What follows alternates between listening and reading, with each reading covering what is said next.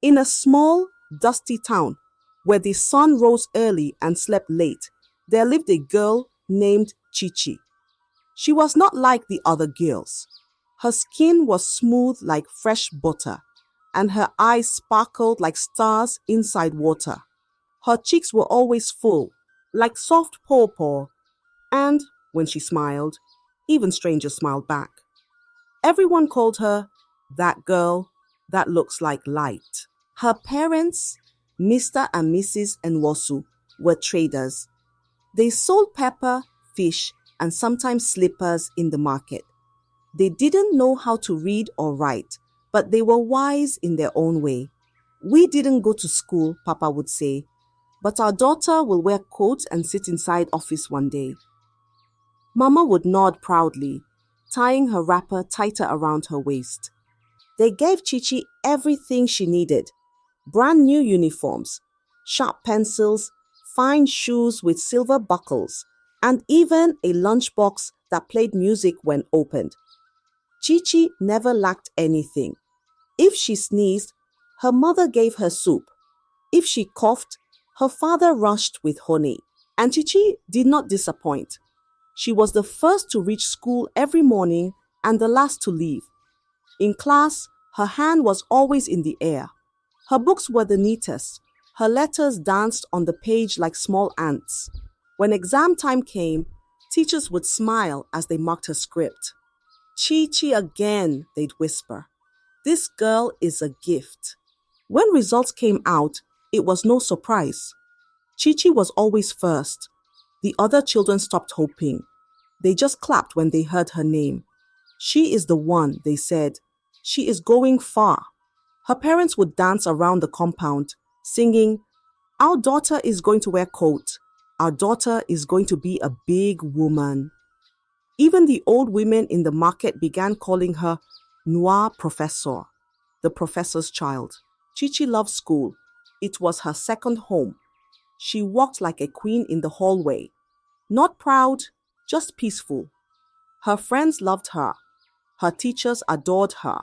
Her parents believed in her. Life was soft like a banana.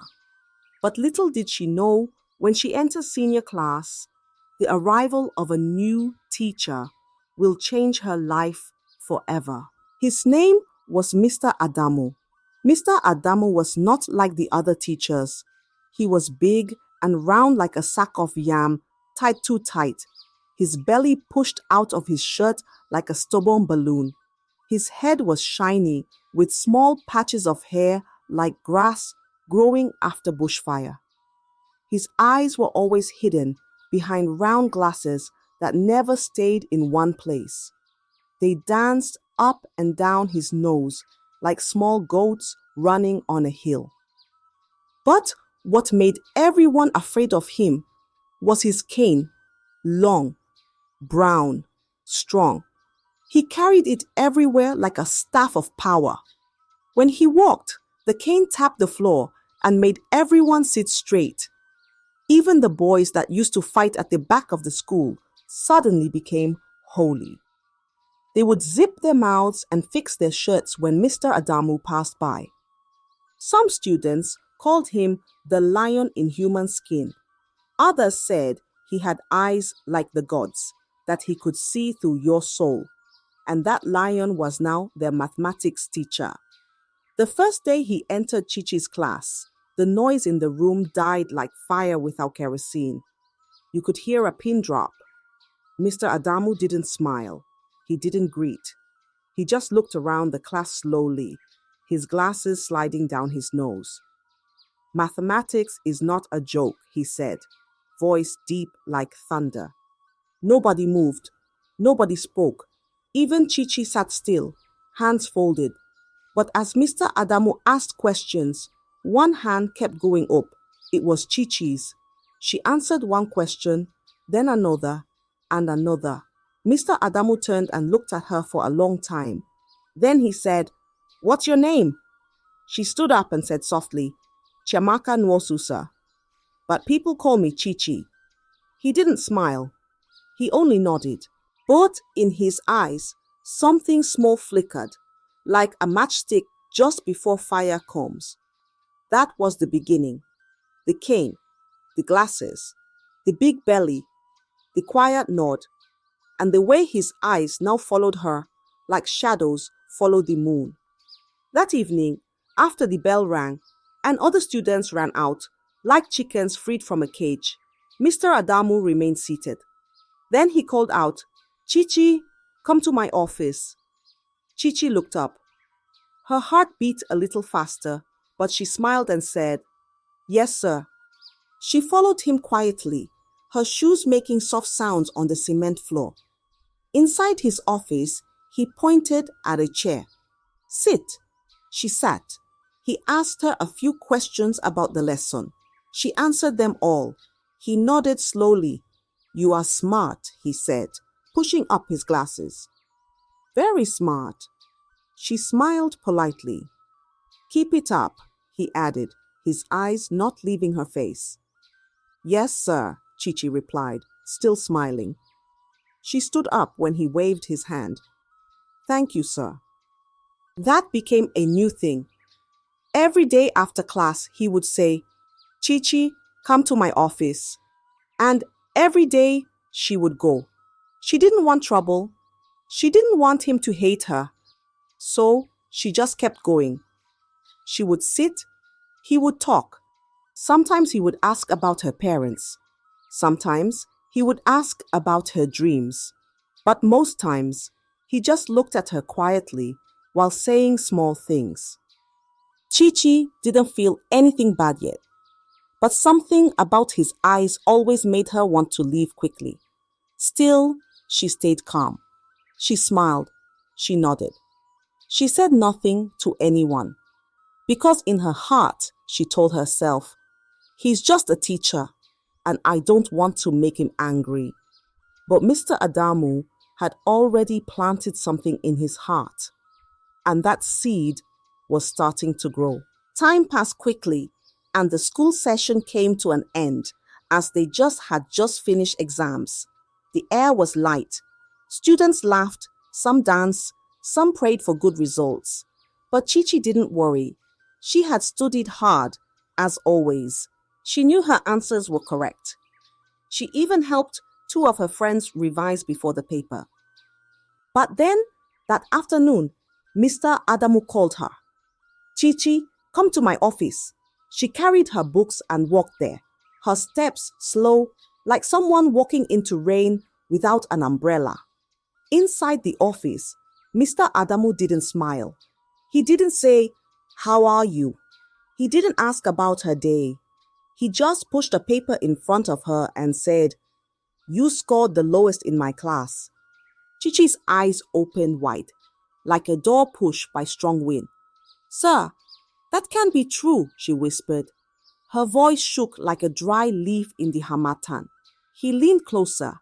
His glasses slid down his nose. "I marked it myself." "You failed."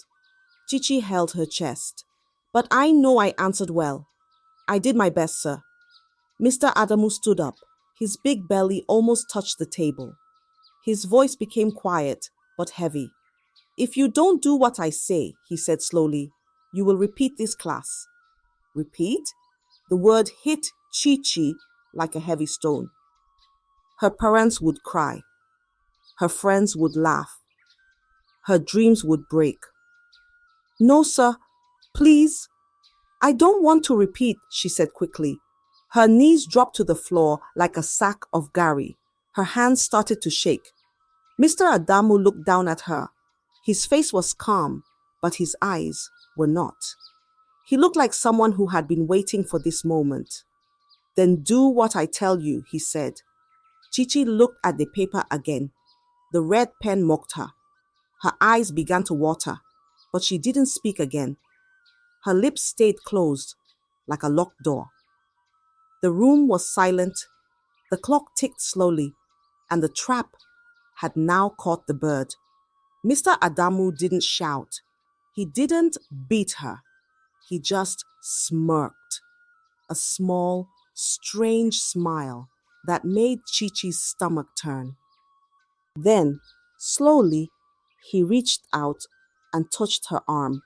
His hand moved like a snake looking for where to bite. He touched her again, this time lower. Chichi froze. Her body stood still like a tree during a quiet storm. Her breath stopped. Her hands were still shaking, but now they were cold. Next time, Mr. Adamu whispered, let me in. Chichi didn't understand at first. Her eyes blinked fast. Don't tell anybody, he added, bending closer. His breath touched her ear. And I'll give you a full score, 100 marks. Her heart pounded like a drum in a masquerade festival. She didn't say yes. She didn't say no. She just nodded. A small, slow nod, like a sad goat who couldn't fight the rope around its neck. He sat back and fixed his glasses. Good girl, he said. Chichi stood up slowly, her legs weak like cooked noodles. She walked out of the office without looking back. The air outside felt heavy. The sun was hot, but her skin was cold. That evening, she didn't eat. She didn't smile. She didn't even do her homework. She just sat, staring at the wall. But the next day, when results came out, Chichi saw her score.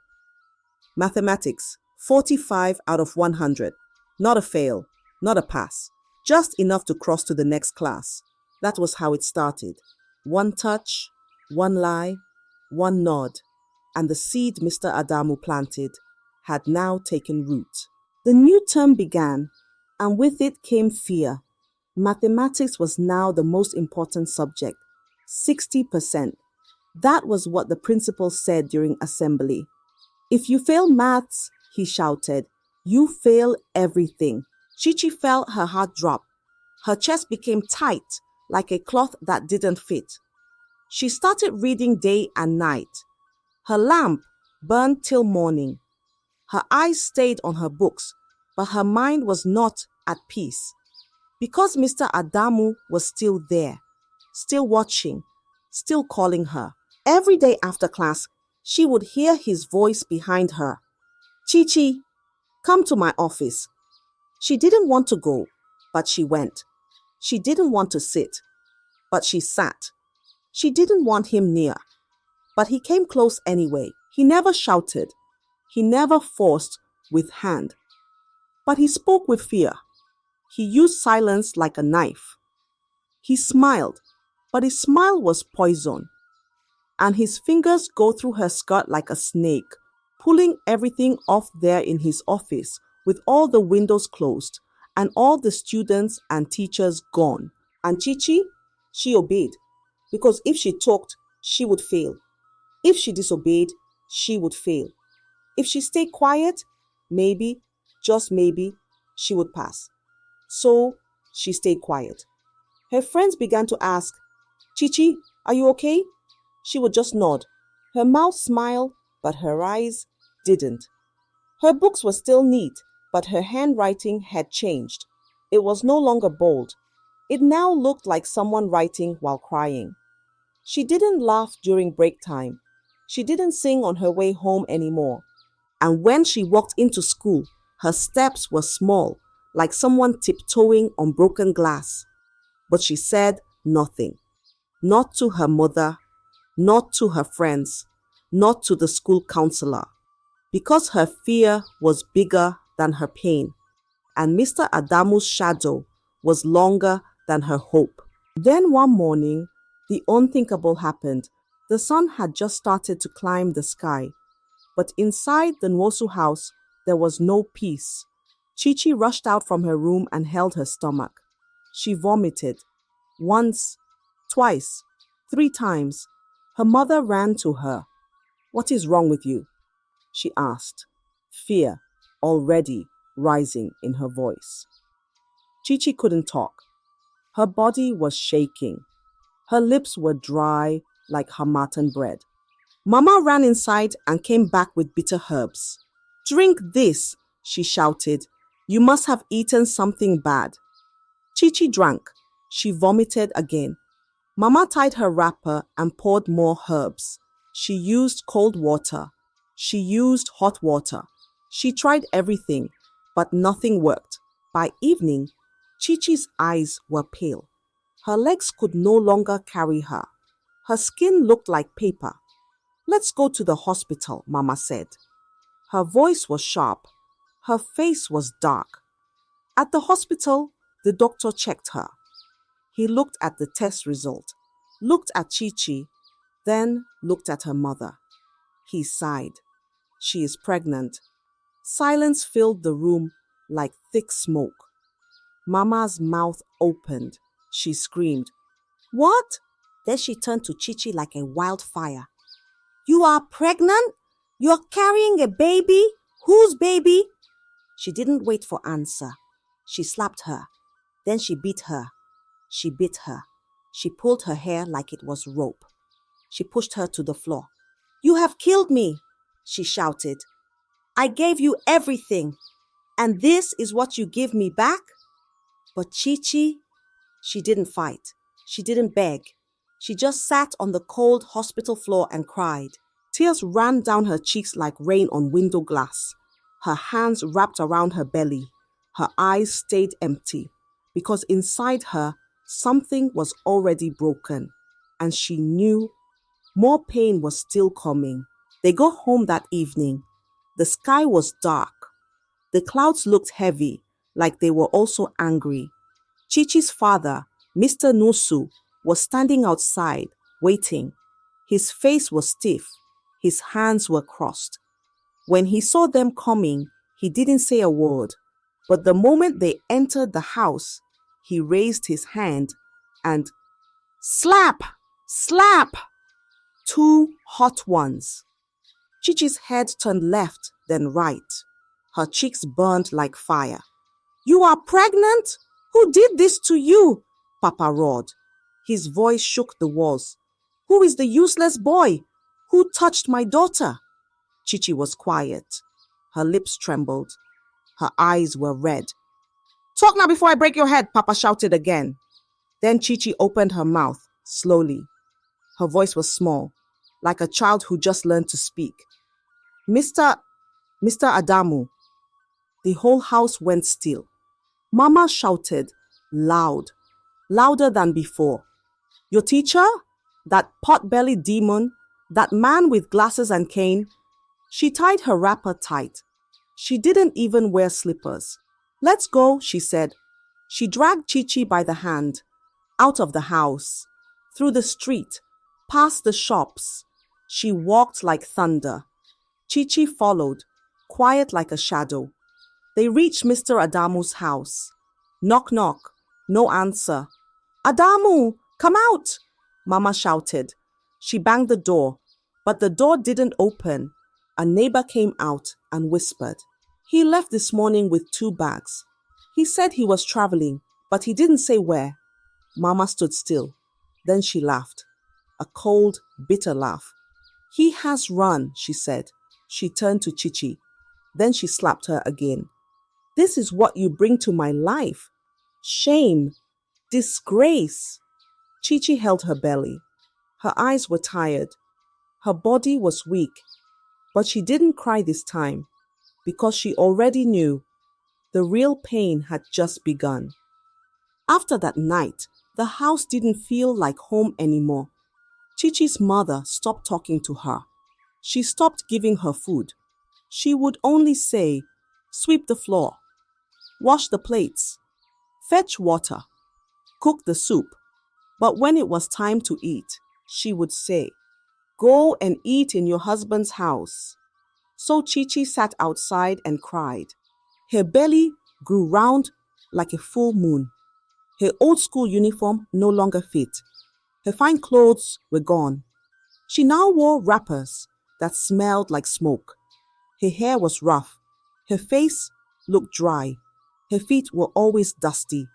Every evening, she would knock on neighbors' doors and ask, "Please, do you have small food left?" Sometimes they gave her. Sometimes they didn't. She would sit behind houses, eating cold rice from old plates. The flies followed her everywhere. The shame followed her too. At night, she cried until she slept, alone, on a mat.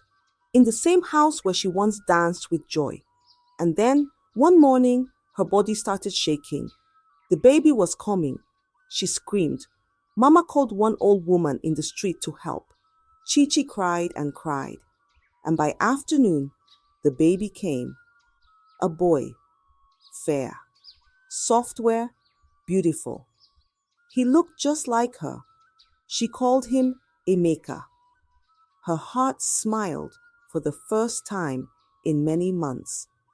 But as she held her baby close, her mother looked at her and said, "Stand up." Chichi looked up, confused. "You are no longer my child. That is your husband's baby. Go to your husband's house. Let him take care of both of you." Chichi opened her mouth, but no words came out. She stood up. She tied her wrapper. She carried her baby on her back. She packed her small bag. And she walked out of the house, step by step, tear by tear, with her baby behind her and nothing else in her hands, only the road ahead and pain in her heart. Chichi walked and walked. Her feet were sore. Her eyes were heavy. Her wrapper kept slipping. But she held her baby tight like a treasure she didn't want to drop. The sun burned her back. The wind slapped her face. Still, she kept going. She passed farms, bushes, and small houses. Her legs shook like broomsticks in the rain. But she didn't stop until she reached another town.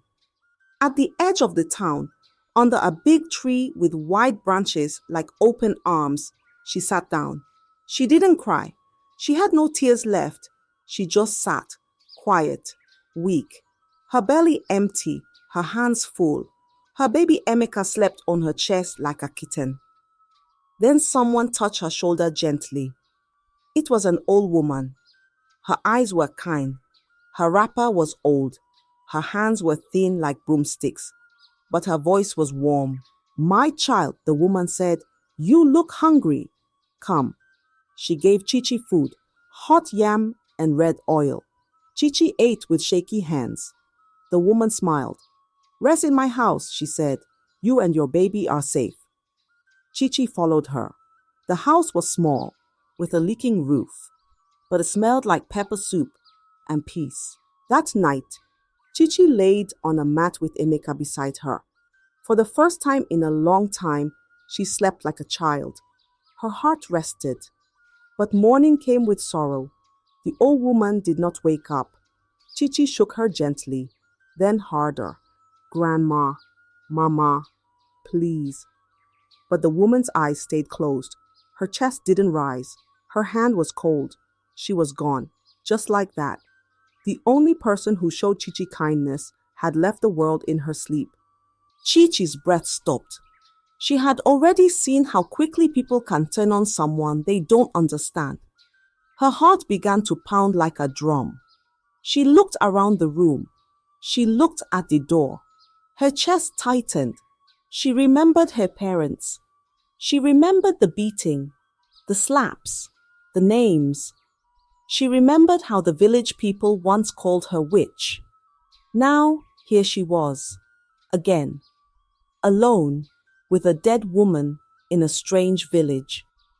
"They will kill me," she whispered. Her hands shook. She was a stranger in this village, and if they found her with a dead old woman in the house, they might kill her and her baby.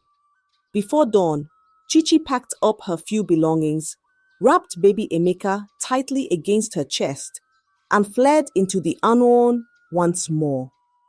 No one saw her leave. No one knew where she went. Only the wind followed her, and the pain she was trying to outrun. This time, she headed for the city. The city was loud, big cars, big buildings, big noise, but no big heart. Chichi walked into it like a shadow, small, silent, and forgotten. She didn't know anybody. Nobody knew her. She had no money. She had no food. She had only Emeka and hope. For days, she slept under bridges. She laid Emeka on her chest and used her wrapper as a blanket. Every night she sang to him, broken lullabies with shaking lips. Every morning, she woke up with cold bones and empty hands. She begged near busy streets, "Please, just bread." Some people looked away. Some gave her coins. Some told her to go back where you came from. One day, she saw a small restaurant by the roadside. She walked in, holding Emeka close. "Please, I can wash plates." The owner looked at her, then at the baby. Okay, you can try." For 3 days, Chichi washed and scrubbed. She cleaned oil from pots. She mopped the dirty floor. But Emeka cried sometimes. She had to stop working to carry him, to breastfeed, to calm him. And on the fourth morning, the manager shouted, "This is not a baby care center. You're too slow. Go away." He threw a wet rag at her feet. Chichi left quietly, back to the bridge, back to the cold, back to the night. That night, the police came, big flashlights, loud voices. "Clear this place! Go! Move!" Chichi picked up Emeka and ran. She didn't know where. She just ran. Through dark corners, past closed shops. Her legs were tired, her chest burned, but she didn't stop until she reached a quiet street. The houses were tall. The gates were painted gold. Big flowers stood like guards in front of mansions. Then it started to rain. Soft at first, then heavy. Emeka cried. Chichi dropped her bag, sat on the ground, and pulled her wrapper over them. She pressed him to her chest. The gate behind her was cold against her back. She whispered, "Just one night, that's all we need." She didn't know whose house it was. She didn't care. She just needed sleep, shelter, safety. The rain poured like a broken sky. Chichi sat on the wet floor, her back pressed to the tall gate. Emeka shivered on her chest. His little hands clung to her skin. She whispered, "Hold on, my baby, just a little longer." Then, that night, fate showed her mercy. The gate creaked. A deep engine hummed. A black luxury car drove in slowly, its lights bright like morning. It stopped. The door opened. A tall woman stepped out, dressed in black lace and golden earrings that danced as she moved. Her eyes were sharp, but her heart was soft. She was a politician. Her name was Honorable Clara. She looked at Chichi and paused. She was startled to find a young mother and a baby sleeping by her gate. She didn't shout. She didn't frown. She walked closer and knelt down in the rain. "My dear, what happened to you?" Chichi looked up. Her lips trembled. Her voice was tired. She spoke, slowly, painfully. She told her everything about Mr. Adamu, about her parents, the beatings, the baby, Mama Yoma's death, the nights under the bridge, the hunger, the job, the shame. The woman listened quietly, and then her eyes filled with tears. "You've suffered," she whispered. "Too much." She stood up and held the gate open wide. "You will not sleep in the rain again. Come in." Chichi followed her into the house. The air smelled like flowers and peace. She gave Chichi a towel. She gave Emeka warm milk. She gave them a guest room with soft sheets and light that didn't flicker. That night, Chichi cried into the pillow, not from pain, but from relief. Morning came. Chichi folded the wrapper, packed her bag, and was ready to leave. But Honorable Clara stopped her. "Where are you going?" "You've helped me enough," Chichi said. "I can't stay." "Yes, you can," the woman said. "I need someone to help with house chores. You'll work here, you'll eat here, you'll sleep here, and your son will grow here." Chichi's eyes widened. She knelt down. "Thank you," she said. "Thank you." "Stand up," the woman smiled. "You don't kneel to me. You're not a beggar. From that day, Chichi became a maid, not with chains, but with dignity. She cleaned the house, she fetched groceries, she watered the flowers, and Emeka, he ran around the house calling the woman Big Mommy, and the woman smiled every time he did. He was enrolled into the best school in town. That was how new life started for Chichi and her son. Quietly, gently, like a small plant growing after heavy rain. Years moved like a slow river. The house that once held pain now carried joy. Emeka grew tall, strong, and full of light. Big Mommy loved him like the son she never had. She held his hand to school every morning, kissed his forehead, packed his lunch, and taught him to speak kindly, walk proudly, and dream without fear. He called her Big Mommy, but she was more than that. She was a ladder, a shelter, a blessing. Chichi watched quietly, always in the background, sewing, saving, planning. Her hands stitched clothes, but her pain stitched strength. She started a small business by the corner of the street, using old wrappers and borrowed thread. One by one, women came. Make mine like that gown you wore to church. Give me that style you gave Big Mommy. Money started to flow.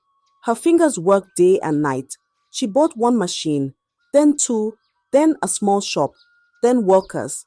The girl who once begged for leftovers now had a fashion brand with her name printed in gold letters above the door. And Emeka, he was intelligent like his mother, grew into a young man filled with ambition. From primary to secondary to university, he stayed on top. First in class, head boy. Best in speech, best in heart. When he graduated with honors, cameras flashed. People clapped. Big Mommy wept. And with her guidance, he entered politics, determined to be a force for good. At first, it was small meetings, rallies, speeches in markets. Then it became big billboards, TV, posters on walls. Vote Emeka, a new light for our future. He told the world about his mother, Chichi. He told them about her courage. He didn't hide her story. He wore it like a badge. He said, if a woman can rise from ashes and raise a son in pain, then that son must turn pain into power. And the people listened. They voted, they danced, they screamed, they lifted him high. Emeka became governor. Cameras followed him. Children called his name. Mothers prayed for him. Big Mommy sat proudly beside him. Chichi, dressed in her own design, stood behind him with tears in her eyes. It looked like a happy ending, like a fairy tale. But the joy was short-lived. One evening, as the sky turned orange and the market began to close, a video appeared online. A man sat by the roadside. His clothes were torn. His beard was long, like a forgotten bush. He looked into the camera and cried. Emeka is my son, he said. He left me to suffer. I sleep outside. I beg for food. But he wears fine clothes and lives like a king. People watched, and they believed. He left his father? A man like that should not lead us. Even a goat feeds its parent. The same mouths that shouted his name now spat it out. The same hands that clapped for him now pointed fingers. Some people threw away his posters. Some said, he will forget us too. The news spread fast, like fire on dry grass. And Emeka? He sat in his office, silent. He watched the video. He replayed it, again and again. The man's voice echoed in his head. I'm his father. Tears filled his eyes. He stood up. He walked slowly to his mother's room. She was sitting on the floor, folding wrappers. Mommy, he said. His voice was small. She looked up. He held out the phone. Who is this man? Chichi stared at the screen. Her hands froze. her breath stopped, and her heart started beating the same way it did many, many years ago. She held his hands. "It's time," she whispered. She called for a public gathering. She asked the press to come. She told Big Mommy to sit beside her. She asked Emeka to stay strong. And then Mr. Adamu arrived. The same man who once walked with power, now limping, with broken sandals and fake tears in his eyes. He sat on the stage and spoke first. "I raised Emeka," he lied. "I sold my land for his school fees. I begged just to feed them. And now they have thrown me away." The crowd murmured. But Chichi stood up. She didn't shake. She didn't shout. She just told the truth. From the beginning, the class, the cane, the lies, the threats, the pregnancy, the rejection, the pain, the baby, the streets, the death of Mama Joma, the kindness of a stranger, the rise from nothing. The tears filled the air like rain. Some people wept loudly. Others bowed their heads in shame. Big Mommy held Emeka's shoulder. And Emeka, he cried like a child. Mr. Adamu stood up quietly and tried to sneak away. But police were already waiting. They grabbed him, cuffed him, charged him with abuse, with defamation of character, with destruction of a life. This time, he didn't escape. He was dragged out like the coward he had become. And Chichi, she didn't look back, because she had already looked pain in the eye and survived. Later that week, Emeka and Chichi returned to the same village that once threw her out. The village looked the same, but time had passed. The same dust still danced on the red earth. The same crooked houses still leaned against the wind. But something was different now. Chichi was no longer the girl with swollen feet and a crying baby on her back. She was a woman, strong, whole, unshaken, and beside her stood Emeka, tall, confident, and dressed like a man the world must respect. The car parked at the village square. People gathered. Heads turned. Mouths whispered. "Is that not?" "It is him. It's the governor." And then they saw her. Chichi, the same girl they called shame, the same girl they threw away like old cloth, now walking with grace, now walking like someone who had danced with fire and didn't burn. Her parents' house was quiet. She entered the compound. Her mother was sitting on the ground, her wrapper faded, her back bent like a broken broom. Her father was inside, too weak to rise, his voice barely louder than a whisper. They looked up as the shadow entered the room. Then their eyes opened wide. "Emeka," her mother asked, voice shaking. The governor," her father stammered. Chichi stood behind her son, her eyes full of silent tears. They fell to their knees. "We are sorry," they cried. They wept. They trembled. But Chichi said nothing. She just looked at them for a long time, then turned and walked out. Later that month, she sent caretakers. They brought food, medicine, and clean clothes. She didn't return to curse them. She didn't return to shame them. She returned to show them what grace looked like. And she never forgot Mama Joma. She told Emeka, if not for her, we wouldn't be here. So they built something new, a home, a foundation, for every girl who was once abandoned, for every child born in shame. They called it Mama Joma's Light. And through that name, a poor old woman who died alone now lives forever in the story of those who rise. Because pain can bury you, or it can build you. And Chichi, she chose to rise. I hope you enjoyed the story. If so, please like the video, comment what you learned from the tale, and don't forget to subscribe to the channel for more enchanting tales just like this one. Thank you.